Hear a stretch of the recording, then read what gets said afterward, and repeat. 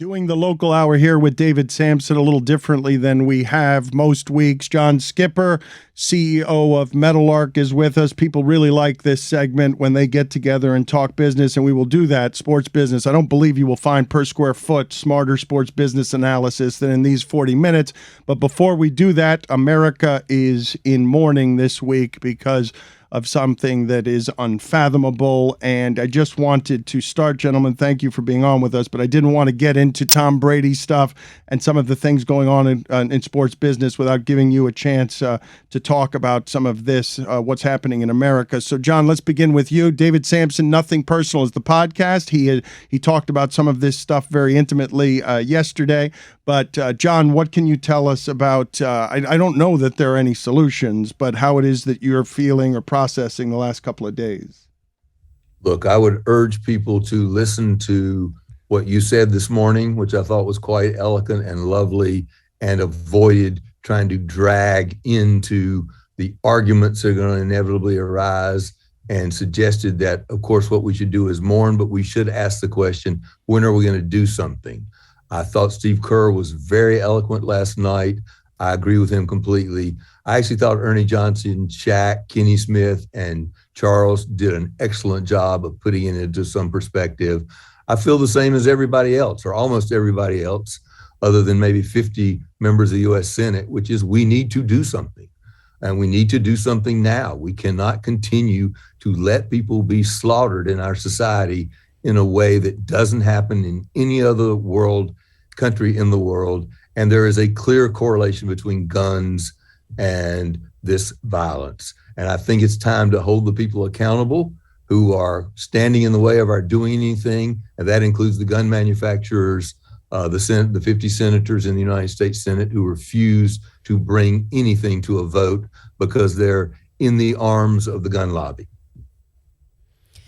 I think for me, Dan, if people listen to your 8 minutes and also the Nothing Personal episode from yesterday, I think that we can do something. And what we can do is take control of our own destinies and our own reality. And that's the problem I have, is we all live in a theoretical world where if it doesn't impact us directly, we mourn for a minute, we pound the table for a minute, and then we go play basketball or go talk about sports. If we were all in the same reality and were touched by this sort of tragedy, the same concept is what cancer charities you get involved in when a relative dies of a certain kind of cancer. Just pretend we're all in the same reality, which is fear that we're next, and then we are next. And what we can do, it's 50 senators, but it also happens at your local level. It happens in Congress.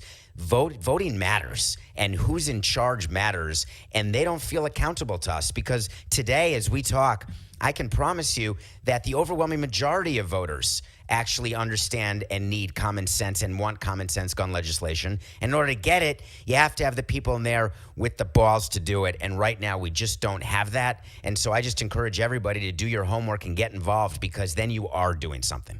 And I'll say one further thing. This is about gun safety. It's not about gun control. It's about making guns safer. We don't have any problem making cars safer by having appropriate regulations. We should have the same level of concern to make guns safer. But how do you make an assault weapon safer? You put a finger, you make it unable to use without a fingerprint of the owner. You trace it. You have a database that traces the bullets, and you don't let an 18-year-old walk in and buy 2 assault weapons to celebrate his 18th birthday. That is just pure foolishness. We will segue from that, the serious, into the silly. I don't know if either of you were shocked by the amount of money given Tom Brady. I was, just because I don't consider him interesting around a microphone, and I don't know if he's good at that job, and I haven't seen a lot of $375 million given to people who don't have proof of either of those things in this business. So, John, we'll start with you. You've told us before, broadcasters don't really move the ratings needle. This sport doesn't need the ratings needle moved, but this sport doesn't mind losses in exchange for prestige, and the streaming services and the networks don't mind losses in exchange for, we got Tom Brady. We may have lost Joe Buck and Troy Aikman, but now we got Tom Brady. We don't know if he can do the job, but we got Tom Brady. So your thoughts when you saw those numbers, 10 years, $375 million. Well, my first thought was amusement that he's worth $12.5 million more calling a game than he is quarterbacking a game. As the quarterback, he actually could create dramatic amounts of value. Being paid more money to talk during a 3-hour football game there's very little economic value. He's a very, very, very expensive trophy. You're totally missing half his job, John. He's not just calling a game for 3 hours. Don't forget, in the release, they said he is going to be an ambassador for Fox. So I think that we should all, for the rest of time, refer to him the way anybody gets referred to when they're an ambassador of another country. He is now Ambassador Brady. Right. He's the ambassador to the province of New England. So Dan, what I thought of is what happened. The equivalent to me is when A-Rod signed with Texas, and Texas thought for $150 million less than this, for the largest contract in the history of sports, that was $150 million less than this. But almost 20 years ago. But that said, I'm talking about the competition of it all, where Atlanta was rumored to be offering A-Rod around 170, 180, which would have been outrageous. And then Texas comes in and does 252, and MLB, Selig was furious. The first owners meeting after that contract, even though Rob Manfred was telling him, as your labor lawyer, don't discuss this, Bud. This is going to be like collusion. And Bud was pounding his Diet Cokes on the table, putting Texas at the corner table at the dinner, just a total like what they're doing to Haslam in Cleveland right now. And we were wondering with Texas, why did you go that much higher? We know Romo got 17 and Aikman had to beat that, so he got 18. What happened between 18 and 37 was my first question. It's peculiar. They do seem to have been bidding against themselves because it is the only spot open. They're buying a trophy.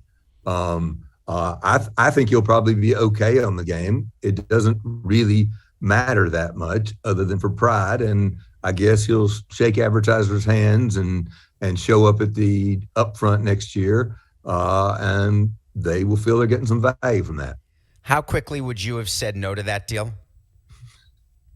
No, I would have said no. I don't think that's necessary for a good use of $37.5 million. And at about $100,000 a pop, we could have hired 370 employees for that. Would you have put him above Aikman? Pardon? Would you have put him above Aikman, though? It doesn't matter to me whether he's above Aikman or not. I mean, that's kind of a false way to judge this. I don't know.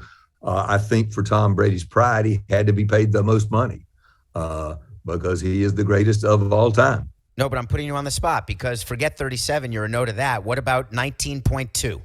No, I would not have paid 19.2. I didn't ever. I don't recall ever signing a contract to pay anybody more than even $10 million. But that's not the rules of engagement anymore. That's like being, so now you reminded me of an old owner who says, I'm not paying a middle reliever $5 million. That's ridiculous, but that's the market. So we know the market because Romo got it and then Aikman got it. So are you saying that you're denying that market or saying that you're not going to do it for someone who Dan called unproven near a microphone, which I didn't know what that meant either, meaning he's never called a game, Dan? Is that what you meant? Well, he's never said anything interesting, and I have no proof he's good at color commentary. Okay. And none of us have any proof that he's any good at color commentary. Did Aikman have a history when he got hired? He didn't get hired for $375 million without that history. Look, seriously, for $375 million, you could have bought some live event rights, which would actually make a significant difference. And it does not make a significant difference other than pride and ambassadorship to put somebody in the booth for $37.5 million. But what about 19? It doesn't make any sense to do it at 19. So would you go with someone who wasn't known at all just because you don't want to go to where Aikman is and where Romo is? No. I put Mike Tirico in the booth and thought Mike Tirico did an outstanding job in the booth, but I would not have paid any ex-player $15, $20, or $25 million to sit next to him. Let's move on here because this may or may not be related, but Fox is not joining the streaming wars. They're saving money and they are using that money evidently for a new streaming service. John, let's start with you. This whole game is changing. Everything is changing with the streaming. What do you do with the information I just presented to you? Fox said no thank you on the streaming wars. Look, they said no thank you on the streaming wars when Rupert Murdoch decided to sell his assets to the Walt Disney Company. He made, while I find his politics to be reprehensible and his effect on the American society to be corrosive, he is in some ways the smartest guy at knowing when to play and when to fold. And he decided that he was not going to win with the assets he had in the streaming wars. And Disney had to win, so he sold his assets that you could use in a streaming channel to the Walt Disney Company, which has to win here. And I don't know what their long-term plan is. I don't think they have a long-term plan. I think they know they can make a lot of money with Fox News and Fox Broadcast buttressed by their sports rights in the immediate future, and they'll figure out something later to get a whole bunch of another boatload of cash for their assets, and they'll probably spin Fox News off at some point, or somebody else will buy it. So they came out of their quarterly meetings with what I think they called a strategy, though I agree with you, John. I'm not sure it is a strategy because I bet you never used this because I know I never did. What they said was, and this is Lachlan, his son, that everybody's losing money streaming. So we'd like to stay on the sideline, watch everybody lose all their money. And then once consolidation happens and once things settle down and we can figure out how to actually make money streaming, then we're going to get into it. And that's what he was telling his investors. And it brought up an interesting point to me. Can you actually be a good, not just a good network, but a profitable network or a profitable company of any kind when your philosophy is, hey, I'm not Private Ryan, right? I'm standing in the back. I'm staying on the boat while they rush the beach, and I'll wait for all of the bullets to be gone, and then I'll go. Is that ever a strategy that you would use? Because I hate that strategy. Look, I don't actually think that's their strategy. That's an explanation. Their strategy is to make a lot of money over the next few years, not to invest a lot of money. And I think when the winners have emerged, one of them will value the assets that Fox currently holds very highly. You moved on there after saying something that I have not heard, the spinning off of Fox News. And I just made it up. Okay. I mean, I just made it up, meaning that the people likely to value the other assets of Fox are not likely to want Fox News. That's the only thing I meant. So you will make the most cash by selling the assets that one of the winners of the streaming wars wants, and then by either spinning off Fox News. I just made it up. So I'm not suggesting I have any particular insight. It just seems logical to me that that's a path they're headed down. Is that because of content, of what they say, what they represent? I don't think the winners of the streaming wars are clearly going to be Netflix, Warner Brothers Discovery, Disney, Amazon, Apple.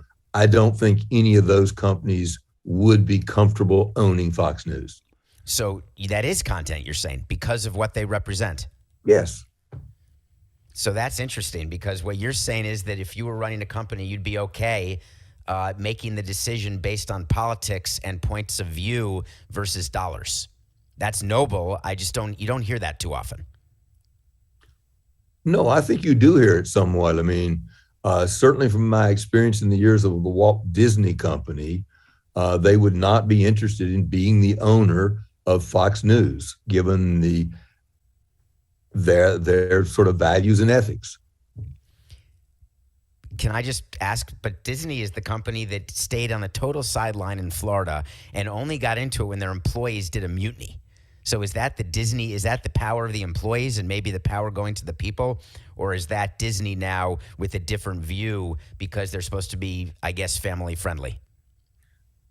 I think not saying something about a law passed in Florida is a long way from being willing to own the asset on which Tucker Carlson spews his nonsense daily.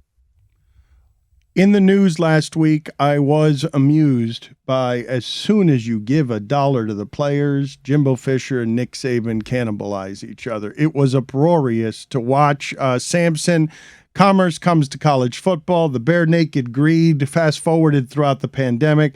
All of this, the back and forth you never see between Jimbo Fisher and Nick Saban happened. Why and how, and what did you make of it? Well, first I made of it that college got what it wanted, right? Every player's a free agent. There's complete free agency. Congratulations to everyone who's been yelling for NIL and pay the players, let them be employees, let them unionize. Well, they got the most important thing that unions fight for, right? At least in sports, is they got immediate and total free agency to choose whatever school based on the most money. And what Nick Saban's been complaining about, and he had to apologize the next day because he realized that all of a sudden people saw behind his curtain and saw the Wizard of Oz a little bit. Everybody now can do what he always has done, except he's done it undercover. And that's the advantage that he's had, is he's been willing to do anything, but now everybody can do something. And so he sounded like a petulant child to me. And he was then forced to apologize immediately, saying, no, I didn't mean you, Jimbo, specifically. You don't do anything wrong. You're my guy. But really, it's the first thing that people mean, not the clarification. I would tend to agree with that. Look, this is what has been unleashed by having unregulated ability for people to do deals in an environment that already is ethically challenged, recruiting and teams. And so they've unleashed this. And at some point, somebody's going to have to create some regulation, some administration of it. The NCAA let it go through because they're trying desperately to hold on to the top Power 5 conferences. So they said, fine, you guys go ahead and do this. And you already note that some of the conferences are muttering at least about whether they need the NCAA at all. So this only went through as the NCAA sort of desperately tries to hold on to its limited authority. So I think the NCAA now has the thoughts of like a super league, forming a super league with the top five conferences, realizing that they don't need the authority of the NCAA, who really did nothing. But I was curious when I thought about NIL and what's going on, especially Nick Saban and the money that's involved. You said regulation, that it needs to be regulated. I think the whole point is that, and ethics, you brought up, a funny word in sports. I'm not sure any of that is wanted by the people who've been yelling and screaming for the players to get paid, because you don't need to be ethical when you're just paying for potential performance. You just need to have money. So I'm wondering, what ethics are we talking about now in college sports? Once the players are being paid, which you could argue is not ethical to not pay them, but once they're being paid, what ethics do you think we need? I think you need to have some mechanism to prevent the recruiting of players from just being an auction. And all it means is that the schools that already do well are just going to do better, right? And you mentioned something else interesting, which is the Power 5. I think that a super league is not inevitable, but is not an improbable outcome here, and it will exist if they make it outside of the NCAA. Which makes perfect sense to me, because if the NCAA really just provided an umbrella. So I've spent time talking to, let's say, the president of an Ivy League school or one of the worst Big Ten schools, and we talk about what role the NCAA has. And what it used to do was to make sure that everybody was semi-playing under the rules, even though there was an acknowledgement that with scholarships and with really what was NIL before NIL, that there was never going to be the ability to compete with the Power 5 conferences. I don't think those other conferences would actually care if a super league started, because it would not impact their budgets. I think that's probably right. And look, this is just a further manifestation of what is a broken compact, which is that the schools always had the ability to try to say, look, this is a fair bargain. We're getting the players. We, of course, raise a lot of money. We put a lot of people in the seats. This is good for the reputation of our school. But the players get something in return as well. And in point of fact, they have not gotten anything. Now they're getting something, but they're getting it in a way that doesn't really solve the problem. What about an education? I don't believe that athletic departments overall are focused on these young men and women he's getting joking. an education. He's joking. They did not pay Jimbo Fisher I in understand he's textbooks. joking. In textbooks, I'm just moving along with it. I'm the would- straight man here. he would not. Jimbo Fisher probably would not accept a bonus that allows him more visits to the library and more textbooks. Payment in textbooks. Daniel Snyder, I was not surprised, but Daniel Snyder is very litigious. I think the owners are afraid of how litigious he is, but now they are reportedly counting votes on his ouster. Samson, what do you do with this? Well, this is scary. So imagine this. You own a team, and all of a sudden you have to start calling 9 of your friends and saying, hey, is it okay if I keep owning my team? Because if there's 24 of my erstwhile friends, all of a sudden I'm forced to sell. Now, they can't make you sell below market value because no owners would want that. But I don't think he's going to easily be forced to sell because, as Jerry Jones would say, I'm never selling my $10 billion team, never, ever, ever, ever. And part of that calculus is making sure that no one could ever force him to sell his team other than maybe for estate tax purposes. So I'm not so sure that the counting votes is going to work. However, the big caveat here is misogyny doesn't matter and racism and just being the way Danny Boy is. None of that really matters to the other owners, though they protest too much. What really matters is, did Snyder actually steal money from the other owners? And if that turns out to be the case, which is what was alleged by a former employee, if it turns out to be the case, I think you would then get owners to say, you know what, I lost $10 because of you, you're out of here. But it's a pretty dangerous precedent to set. I agree. I'd be surprised if they can get 3/4 of the owners to force Daniel Snyder to sell his team for market value. By the way, he would have no problem getting market value for the Washington Commanders. He would fetch a very nice price, and his reward would be to be even richer. Do you remember when His Frank punishment would be Right. to be richer. So I'm laughing because it's a terrible thing to laugh about. Donald Sterling was punished and had to sell his team for $2.1 billion. Roman Abramovich, we're punishing you, you Russian oligarch. Here's $5 billion for your team. The Broncos family, they're fighting after their father died and the siblings can't get along like it's a movie. You're punished and they're going to get $4 billion. What exactly, like Frank McCourt got punished and he sold the Dodgers for an obscene amount of money. What's the punishment if he gets $6 billion for his franchise? What exactly? I can't figure that out.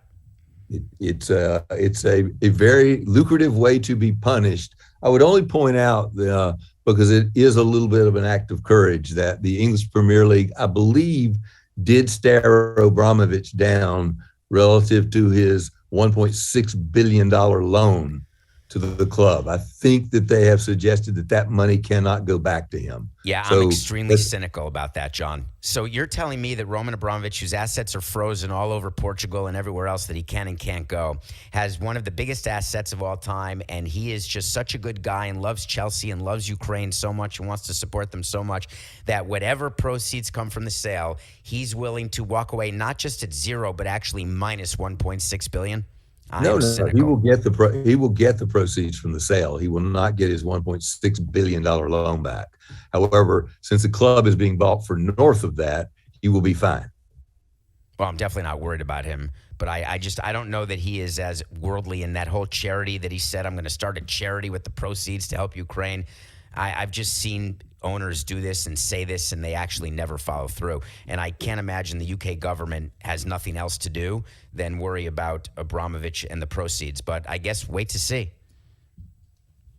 U.S. women and men in soccer, the players' unions have agreed to equal pay. It's a fairly seismic, historic, and momentous U.S. women's soccer team that has forced equal pay, which is progress for women, even though they're still better than the men, and now they're merely paid equally. Your thoughts here, Skipper? Look, I'm happy to be on a subject in which I can be a little bit less cynical and a little bit less skeptical. This is a good moment. I believe they should have done it earlier. And I'm sorry they didn't, but I am glad they've done it now. Never look a good deed, never be too cynical about a good deed. This is a smart thing. It's not quite, equal pay has happened in other places. It's not the first time this has happened, but it's a good step in the direction of helping to grow women's sports, which I applaud. So that's very nice to say, but the deal lasts until 2028. That's the collective. This was a collective bargain agreement that was actually signed between the men and the women and the federation. And what it says is it talks about a revenue share and who gets paid what for which international matches, et cetera, et cetera. There wasn't more money created, even though the excuse given to the men and the reasoning given to the men is that we're going to now generate more corporate revenue. We're going to generate more in ticket sales, and there'll be more. It'll be a bigger pie that you're splitting because right now you're donating quite a larger portion of your pie than the women are. So you are losing here. In 2028, if you're representing the men in collective bargaining, are you continuing this equal pay when you realize after 6 years that regardless of performance in World Cups, et cetera, that it's not a fair deal? Do you still think that this deal could even get renewed? Because I do not. I believe the deal will be renewed. This will be a hard thing to walk back. And the U.S. Soccer Association has been well run for the most part and has enough money to do this. So I can't imagine them walking it back. I can't imagine the men going public with a stance that the women's team, which consistently wins World Cups, should not be paid by the U.S. Soccer Association the same amount as the men. I cannot imagine running a network where I have 4 shows on over 4 half-hour periods, and one of them makes the most money, and it supports the other 3 in some part, some equal part, and then you choose to pay all 4 hosts the same amount of money. It's an interesting analogy. I think here that I'm actually going to be less skeptical and cynical. I think this is good overall for sports, for the organization, and I think the men will be okay. So you'd increase your rights fee deal now if you were showing soccer because there's now equal pay in their collective union, so now the value is greater?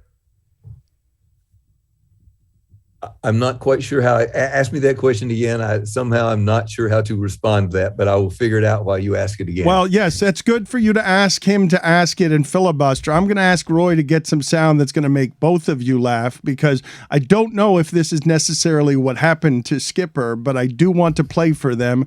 The action star in his 70s, Liam Neeson, from Taken and all the subsequent movies that are taken on a train and taken in Siberia and wherever else he can be, a 70-year-old action star running through the wilderness killing people, was asked about equal pay once, and his response was one of the greatest sounds we've ever played on this show. There's a lot of discussion about it and a lot of healthy and necessary discussion about it because the disparity sometimes is disgraceful.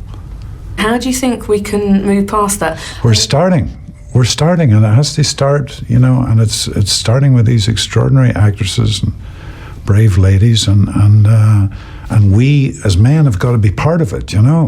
We started it, so we have to be part of the solution. So would you take a pay cut to kind of equal things out? No, pay cut? No, that's going too far. No, there has to be parity. There just has to be. So that's it. I rest ipsa loquitur. So has anybody ever calculated how many people Liam Neeson has killed in the movies? I think that's a number we should know. I think it has to be more people. I think it has to be in the tens of thousands. Can I just get back to one thing serious with you, John? Because I'm a movie guy. Broadcast News is one of my favorites. Jack Nicholson, are you familiar with that movie with Holly Hunter and Albert Brooks? I am. So Jack Nicholson plays the anchor, and they're doing a massive round of layoffs. They're firing all the Codys of the world who make $50,000. I'm making up. I don't know what Cody makes. And so they're doing all these layoffs. And then someone says, Jack Nicholson walks in and says, "Wow, this is a really tough day. Anything I can do?" "Yeah, you could take $1 million pay cut to pay for all these people." And he said, "Huh?" Because of course he's not going to do that. So I'm not sure I understand that everybody's all high and mighty. This is all great. The money's got to come from somewhere. And so my question was, are you willing to pay a higher rights fee to soccer, to show soccer games, to show World Cup games, whatever the case is, because there's equal pay between men and women? I don't think it requires any adjustment in rights payments. And I think that the Soccer Association can afford to do this. This is not a financial hardship for them. They're doing the right thing. They can afford to do it. I think it's a principled move, and I think it's a good thing. I'm not quite sure where you're headed with the rights payment. By the way, I will stipulate that when I was the president of ESPN, I did support soccer and did pay good sums of money that many at ESPN questioned, because I wanted to support the growth of soccer in the United States. I paid a nice rights payment to the WNBA because I thought we should support women. I will say in 2005, we put equal pay into the X Games. And somebody marched into my office about 6 weeks after I became the chief content officer, and the women were threatening to boycott the X Games. And I said, why? They said, because we're not being paid the same. And I said, well, let's pay them the same. It wasn't much money, and we could afford to do it. And it set a good precedent. And that has been the case ever since in the X Games. It's a financially good move, and it was the appropriate thing to do. Do you think that the WNBA players should make as much as the NBA players? No, I'm not suggesting that they should. No, I didn't say you're suggesting. I'm just asking, what's the difference then? The difference is that the women bring equal value to the men for television. The highest rated soccer game in the history of American television is the Women's Championship in 1999, more than any men's game ever. 25 million people watched that game. Can one more thing, Dan, if you don't mind? I don't want this to come out like I'm anti-equal pay. I'm trying to be pragmatic and fast forward to 2028 when the men realize that they've given up more than they've gotten. Because the reason I asked you about more money for rights fees is that the argument made to the men that ended up being dispositive was that there's going to be a bigger pie. And the bigger pie has to come from somewhere, and it's people like you who would provide the bigger pie. That's why I was asking. There will be a bigger pie. After the World Cup is played in the United States, Mexico, and Canada in 2026, the sport will be even more popular. It is ascendant. So it is a correct prediction that there will be more money for the men's and the women's team in 28 when the rights come up. And it's Skipper's opinion, incidentally, I believe, I'm not misrepresenting this, that soccer is already as big in this country, right? It's the third biggest sport in this country. It's rapidly approaching baseball as the third biggest sport in this country. Yes. Based on what? Based on asking people what their favorite sports are. I always loved those studies. We would get those at owners' meetings, right, John? They'd come and they'd give us the studies. Baseball is now up from 42% to 48%, and men who are 65 and about to croak. And then there'd be a study about, here's what's happening in the top 5 cities, because, of course, you can make studies say anything you want. But isn't the better way to look at it with the asset value? I think asset value is skewed by the nature of well-to-do people wanting to be in a very exclusive club. I don't think they are making financial decisions exclusively. When you pay $5 billion for a soccer team, you could make more money by spending that $5 billion somewhere else. But people want to be in these exclusive clubs. So no, I don't think that that's the right way to look at this. You used sports rights before. If you add up what is paid now for soccer sports rights, $450 million a year to the English Premier League, 200 and something, 225, 250 for La Liga, the Spanish league, $100 million for Bundesliga. You add it all up, soccer is going to pass the rights fees paid for baseball probably before the end of this decade. But are you then including? Are you then including the rights for the Tokyo Professional Baseball League and the Korean Baseball League? If you're going to count soccer league, Major League Baseball attendance is something that is worrisome, and the A's are on pace for the worst attendance in baseball in 50 years. Does it matter? To me? Not to you. I'm just saying to the business. No. It's first of all, it's made up, as you know, attendance is made up, and it's got a agenda. So Oakland's agenda right now, if you're talking about Oakland, you're talking about attendance as a whole is down. Don't forget that the reason why attendance is down year over year is that Rob Manfred did not continue the Bud Selig attendance lie. Bud Selig gave millions of tickets to each team total, right? They were called the commissioner's discretionary tickets, which you gave to kids in your community because he wanted to set an attendance record each year. So that was his gig. He thought it would be helpful for rights fees and helpful for popularity and for the studies that show baseball is the 7th most popular sport for people aged 18 to 24. But the reality is that what Oakland is doing is also full of agenda because they're trying to get their stadium deal done in Oakland and in Vegas all at once. But there's a lot of talk about this, and a lot of people are making fun of it, and I just don't understand why, because the people who are doing the stadium deals, both in Vegas and Oakland, they don't pay attention to what the attendance is at this year's games. It really matters not. I defer to my esteemed colleague on baseball attendance. We were talking about soccer, and John, you have your fingerprints in a bunch of stuff overseas, and I know fans overseas are worried about American owners tarnishing their football, or just, I guess, being American, and a general distrust of anyone who's being American. What are your thoughts here about, fans overseas worried about America getting its grubby paws on their beloved football? I don't actually think there's much credibility to that. I think that's some talk. I think that the fans of teams who have American owners who aren't winning are unhappy, and the fans of teams who have American owners that are winning are not unhappy. I do not think the fans of Liverpool are unhappy right now with their American ownership. And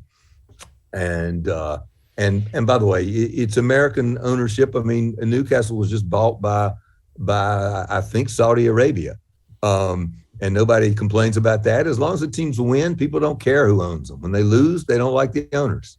Didn't you find it funny that with the Chelsea bids, you had like the Ricketts family? I'm just picturing them getting on their private jet, going over to Chelsea to meet with fans. Like Chelsea, they're called supporters in Europe. Here, they're just called fans.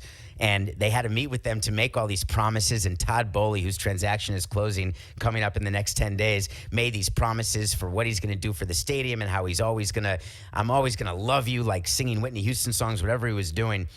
When in fact they get back on the plane and go home and they could actually care less.